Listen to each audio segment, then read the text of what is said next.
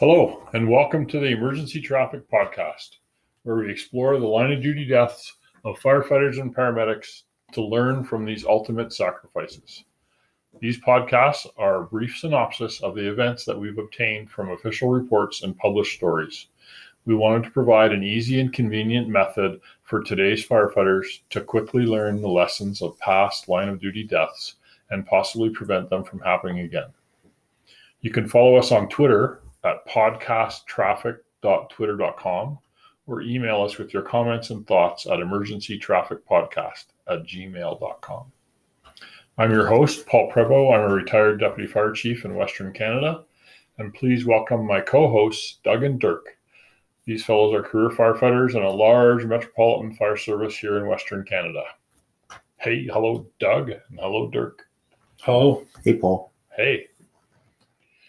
This podcast, first one, inaugural podcast, will explore the tragic deaths of 4 firefighters and injuries to several other firefighters and civilians in the area when it occurred. We're going way back 25 years ago to 1993 in a rural farming area of Warwick, Quebec, which is northeast of Montreal. On July 27th, the local volunteer fire department got a call for a barn on fire. The 911 call came from a neighbor a couple miles away. There's a fire at the nearby farm, she said. The husband of the caller responded to the fire thinking that it may be his daughter's home, but upon arrival he discovers a nearby dairy barn is fully involved. Fire breaking out through the first floor windows. There's also a fire coming out intermittently from the relief valve on the nearby 4,000 liter or 1,000 gallon propane tank located a few meters from the barn. The valve is operating every few minutes and whistling loudly. The relief valve operates about 3 times before the firefighters arrive on scene.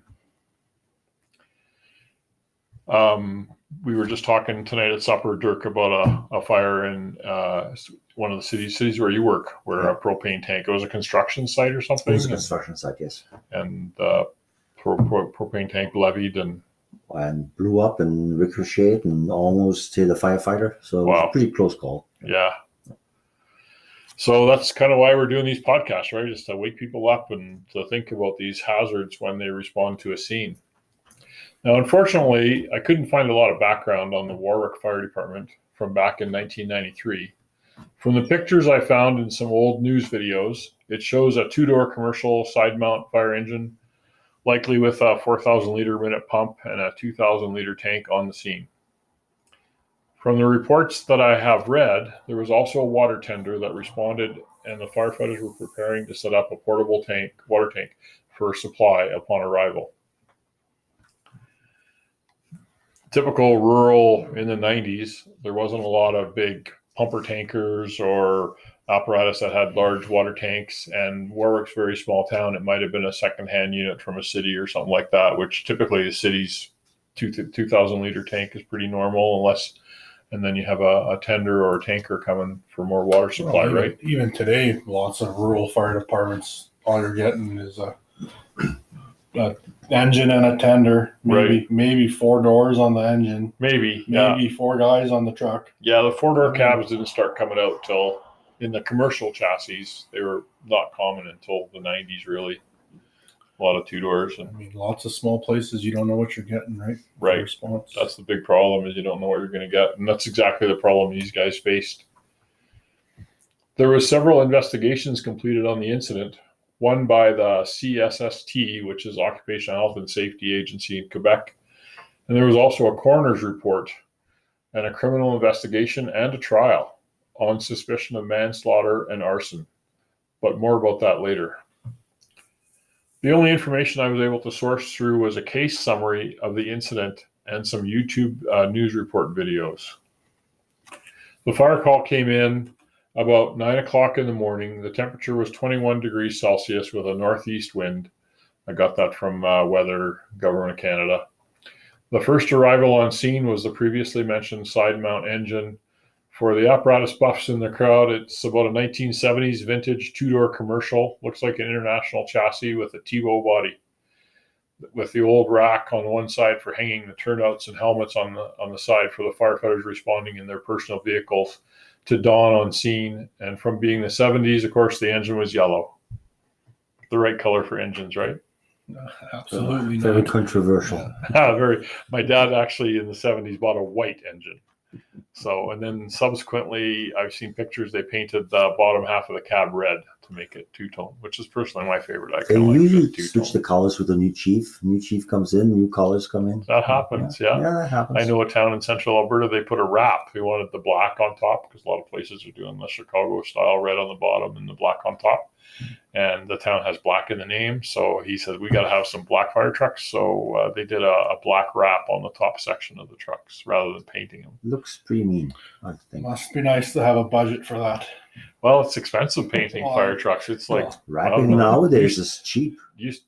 Repainting a fire truck used to be like 20 grand all over again instead of just leaving it the way it was. I remember when I used to sell fire trucks. What's the county around LA? No, Las Vegas, Clark County, and they're yellow, and they like to buy stock trucks, but very rarely did manufacturers have stock yellow trucks. So that's pretty difficult, and repainting them usually isn't an option. I actually had a white demo built once, articulating platform, and I painted it white, and the bosses were like, hang on a minute, how we're not going to build a white platform as a demo. And I said, no, I got it sold. It'll be sold. Don't worry. So luckily it got sold, and it's actually in Cochrane, and it's articulating platform, and it's white, and it was a demo first. And I sold a lot of demos that way. I sold a demo off the show floor in FDIC one time to Alliston, Ontario, for the Honda plant there, because they got a big Honda plant, and they bought a platform, and they bought it right off the show floor. That was pretty cool. Yeah. It just looks too much like an ambulance. Did they drive it home? No, they didn't drive it home. No, had to deliver it. All right. Well, back to the fire truck. Got me distracted there. So 25 years. Be another episode. That'll be another episode. Yep. Do the fire truck podcast.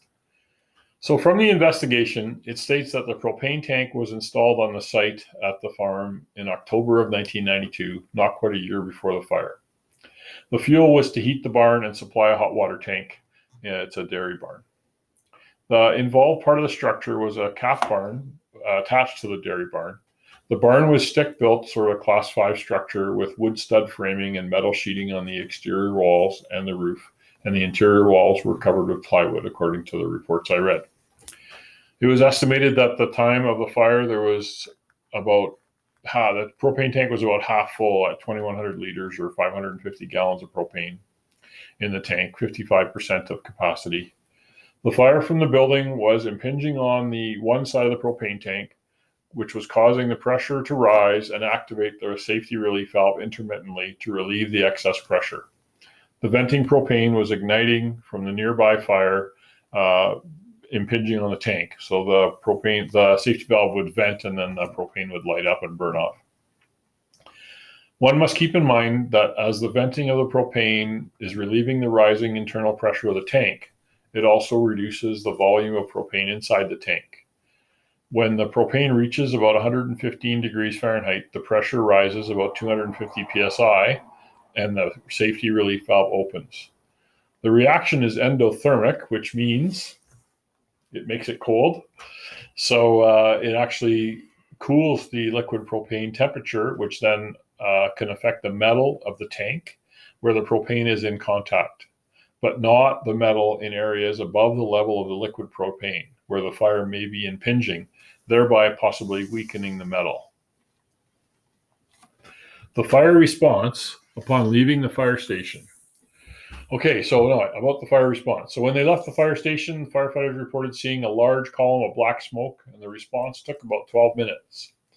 On the arrival in the yard, the relief valve on the propane tank was venting with flames about 10 meters or 30 feet high above the tank. Also, flames were blowing out of the destroyed windows of the barn, impinging on the side of the tank. The first firefighters positioned the apparatus or the engine for drafting operation with a portable tank and a tender shuttle, and they also deployed 2 hand lines.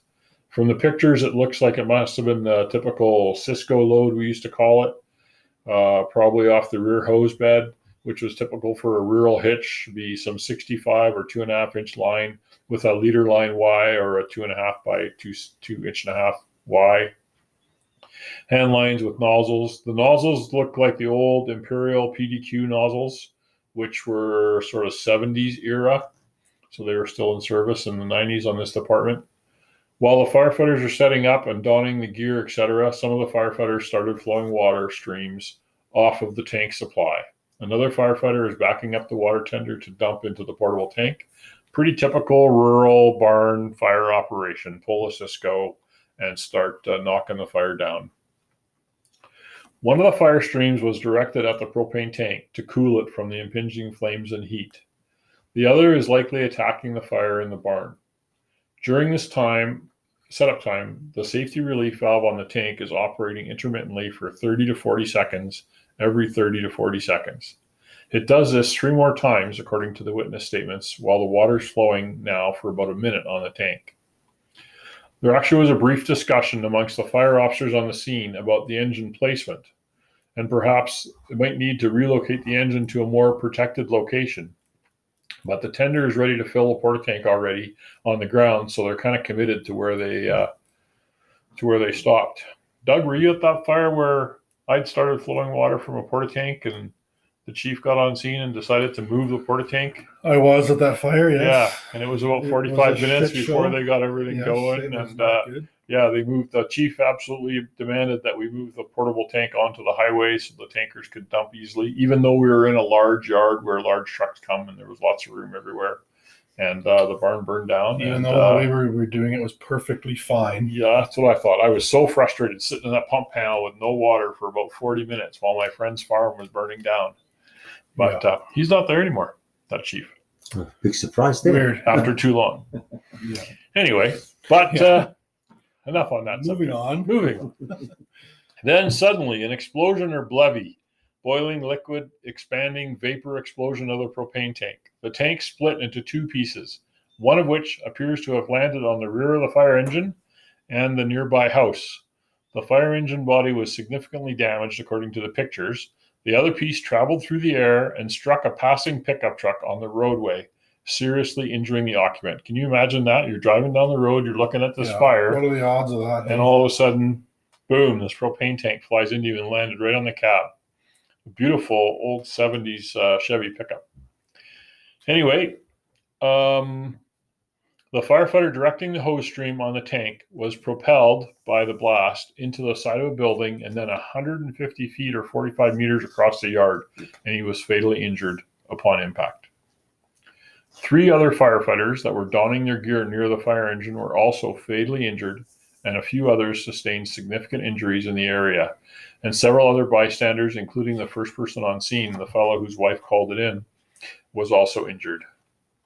It was obviously now a major incident for the community and a significant loss of 4 volunteer firefighters in this small rural community back in 1993. Subsequent investigations of the incident revealed numerous questions.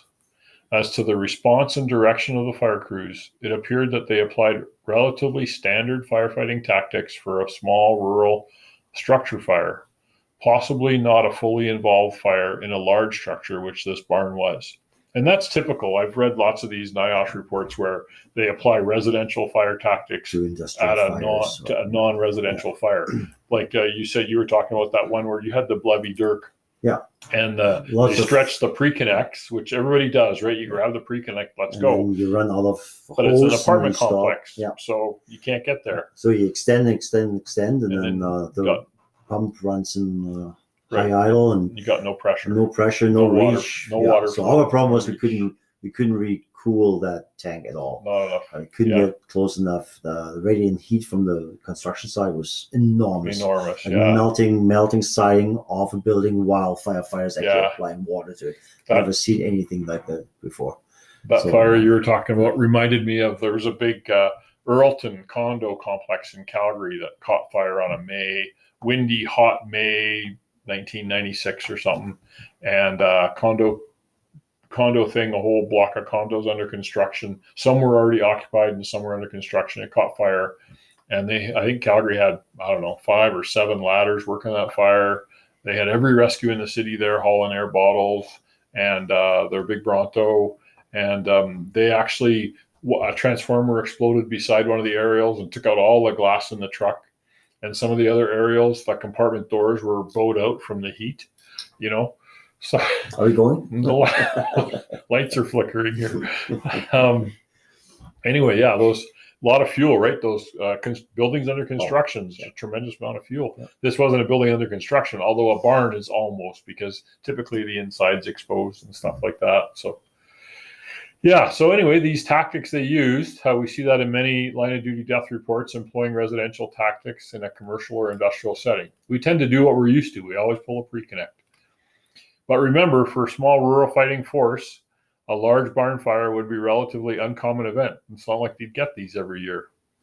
One could question the use of the 38 millimeter hand lines for a fully involved barn fire, but we're creatures of habit, and water conservation is a significant factor in hand line consideration. I remember when I began firefighting back in the 80s, we were berated if we opened the nozzle flow beyond the 30 GPM in the country. They're bugging me about my age now. 1880s. Writing on the tailboard, yeah. But yeah, we weren't allowed, don't open that nozzle. Contrary to the more modern belief that a larger amount of water over a shorter period of time, properly positioned, is much superior to a small amount over a longer period of time to knock down the fire. Learned a lot of that with all those UL, FSRI studies they've done with water mapping inside the room and stuff like that. Now they're talking, hit it hard from, through the window if you can, if it's fully exposed. We don't like that though. Yeah. Well, I didn't say hit it hard from the yard. I just said hit it hard from the position. What's that? Slicers, right? Hit it hard from the hallway. Hit it hard from the position of safety, and then knock it down. Of course, you got your smooth bore. Dirk and Doug are big nozzle forward guys. So, what's the fellow's name? Aaron Fields. Aaron Fields, yeah. And they came and did some training for me in my previous fire department, which was great. How to move and attack at the same time. So yeah, it might be better sometimes to, and maybe in this case, it might have been better to hit the barn fire and not worry about the propane tank. There were two options apparently for apparatus placement in this yard. There was an opportunity to place the apparatus in a safer location, but afterthought is often 20/20. Some opinions were given that officers should have directed the streams at the direct fire attack from defensive positions to reduce the main body of fire, possibly stopping the flame impingement on the tank, rather than trying to cool the tank. The elephant in the room here is the propane tank. The firefighters on scene may not have expected a large propane tank. Clearly, there was concerns about it with the repositioning discussion that happened just before the explosion, and the application of water to the side of the tank while it was venting to try to cool it. The case study theory that I've read from this case study is that the cold water stream hitting the very hot steel of the upper tank space with no propane to cool it may have caused the tank to rupture in what they call a banana effect from the extreme temperature differentials during the flame impingement and the water stream application. The BLEVE occurred some 20 to 90 seconds after stream application on the tank. And we're going to cover in some more of these podcasts some other propane tank explosions and stuff where people have been hurt by propane tanks letting go. And it's always a tricky situation. They say put some lines on and keep the tanks cool, especially get the train derailment thing. We had that Gainford train derailment up on Highway 16 west of Edmonton, and they were cooling the tanks because the other ones were flaring, and they hauled a whole bunch of water. They actually did the vent and burn there, where they actually used explosives to dynamite and make holes in the tank and burn the product off. Cool. Yeah, you ever watch that video? YouTube, you just Gainford? Blow up whole houses, and then we don't have to put water on. There you go. Make it much easier, right? Yeah. The owner of the farm had left the farm after doing the morning chores to attend a local restaurant with his wife. The owner was subsequently charged with arson for the purposes of insurance fraud and manslaughter for the line of duty deaths of the 4 firefighters. The case went to trial for manslaughter, but the farmer was acquitted of the charge due to whatever circumstances. I don't have the details on that. And apparently the arson was dropped. He just went for the manslaughter, but he lost, or the farmer won. So discussion that I had for topics on this one was like, again, we talked a little bit about the non-residential tactics at commercial industrial fires. And we see that over and over again. I mean, if you've got this huge wall of fire, the car dealership's going up when you pull up, don't grab the 44 mil pre-connect unless you've gone to the really big pre-connects some places. Did Edmonton used to use 2-inch? No? This one department out here, Edmonton, I think they used to use 2-inch pre-connects and stuff. If they did, it was way before my time. I mean, I remember down east and where they had lots of condo complexes in Jersey. They told me they had some really long pre-connects, like 300 feet long or 400 feet long, just in case they needed to get into these complexes and there's cars everywhere and you can't drive the rig in. It's just tough because everybody is a creature of habit. Right. So and that's what you're grabbing every bread time. And butter is a single family dwelling. You get it in your head. This is how we do it every single time. And you have to remember when you show up and it's not a single family dwelling. Yeah. You have to think different. Yeah. Grab that bigger line. And it's a hard habit to get into, especially if you get tunnel vision. Right. You're there to spray water. So you grab the hose you're familiar with and you start spraying water. Yeah. And it's probably, I mean, I don't have a ton of rural quick attack firefighting, but it is a consideration. You grab the big line with limited water supply. If you don't win, it might not be good in the long run. Yeah, if you don't get it in the right place, right? If you can hit it hard and win with your limited water, you look like a hero. Yeah. But if you hit it hard in the wrong spot or you lose your initial battle, then you're starting all over way behind the 8. Yeah, and Doug, I always, I always like these where the guy pulls up with the deck gun and they nail the fire and knocks it down. And I've seen there was one in like Honolulu where the rig pulled up in the alley and the garage is on fire and you can hear the throttle, the good old 2-stroke Detroit. Yeah. You can hear it throttle up and they pump the tank off and knock it down while they're waiting for the other rigs to come. Blitz attack. The blitz attack, yeah. And there was one in Chicago or somewhere too, an apartment building, and there was a fire, and I think the building was kind of open. It must have blown off, and anyway, they attacked it and it worked really well. But I had the guys actually practice in my previous department. We made a 4x4 square, wooden square, and we hung it from the tower ladder, and then I'd have them pull up with the pump. And I say, all I want you to do is dump the tank in that square. We hang it up 50 feet in the air or 30 feet in the air, like a 3-story walk-up apartment building. And I dump it through the hole and then go fill up. The next truck would do the same. The next truck would do the same. It's like, it takes skill. You don't just do that on your first try, right? Aiming the nozzle, opening it. Yeah. Adjusting the flow. It's hard to do that too with lots of trucks now have electronic remote control deck guns. Yeah, they're hard to move. And it takes forever to get it deploy it, and it does its whole startup sequence, and then points usually in the wrong direction. Yeah, and so you have to step way back so you can see it because the truck's so tall. Right, and then you have to go back to the pump panel, open it up. Right, and if you haven't pre-pressure your waterway, then you'll drop a lot of water on the ground. In the wrong place. So that's what the blitz attack is. It's basically a smooth bore, usually a smaller diameter smooth bore on the deck gun, because you don't want to dump 5,000 liters. Well, you can't. Your tank to pump lines are going to be the rating, NFPA UL rating for tank to pump line is 2,000 liters a minute or 500 gallons a minute. So if you've got your wide tip or your deck gun isn't automatic and it's set to the max, then you don't have enough water to get a good reach. A lot of guys don't know that. How come I can't get a reach out of the deck gun? If you're running off tank supply, it's maxed out at 500 gallons a minute or 2,000 That's why a lot of the publics go to those so-called ground monitors. Right. Quick attacks. Like a blitz right? monitor. With a 2.5 line, and then you just hit them with that. They still flow 2,000 liters a minute. Right. So, and it's easy to position if you got the manpower to pull it off. And it pleases kind of like the guys that still believe in let's make this water last longer. Right. Instead of making a big dent. That gives you a good minute of constant water flow. More precise to aim it. More precise. You can adjust it. You can move it. And one firefighter can deploy this thing. Right. And the nice thing is once you have a water supply secured, you can leave this thing alone. Right. put a pipe in the ground, whatever, but you can just leave them unattended for exposure protection. Right. So those things are fantastic, and would have been very good if they would have had something like that. Little right? Set it up, monitor. and then they didn't have those in the 90s.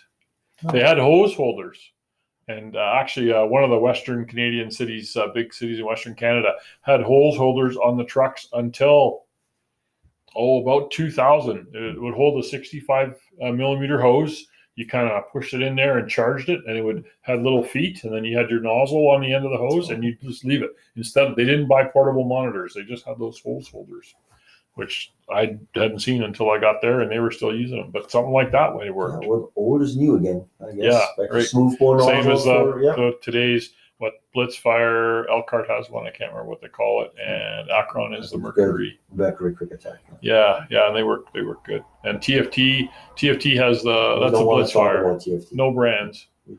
We shouldn't talk about brands, but yeah. Anyway, not until they start paying us to talk about it. But yeah. And then the other thing, of course, was the hazmat or awareness training. So, as you know, if you're going to be fully accredited as a 1001 level 1 firefighter, you're supposed to have taken what used to be 472, now 1072 awareness and operations training to be a firefighter. A lot of places don't do that. They do the 1001, but they don't do the 472, 1072, and they kind of question, well, why? But the thing is that any firefighter today is going to come up on a hazmat, whether it's a car fire or a propane tank or an electric vehicle battery or you name it, right?